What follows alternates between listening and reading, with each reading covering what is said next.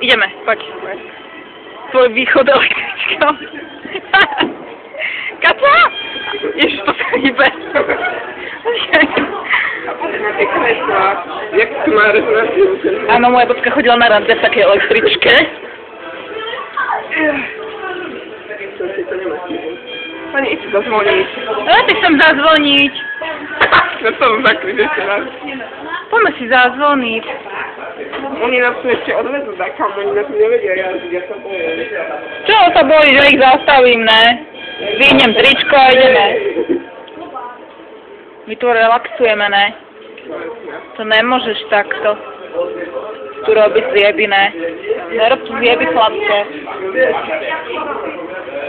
Ja si chcem sadnúť tu pre kravy. Co ty chceš? Chcem si sadnúť na tú električku pre kravy. Chvíle.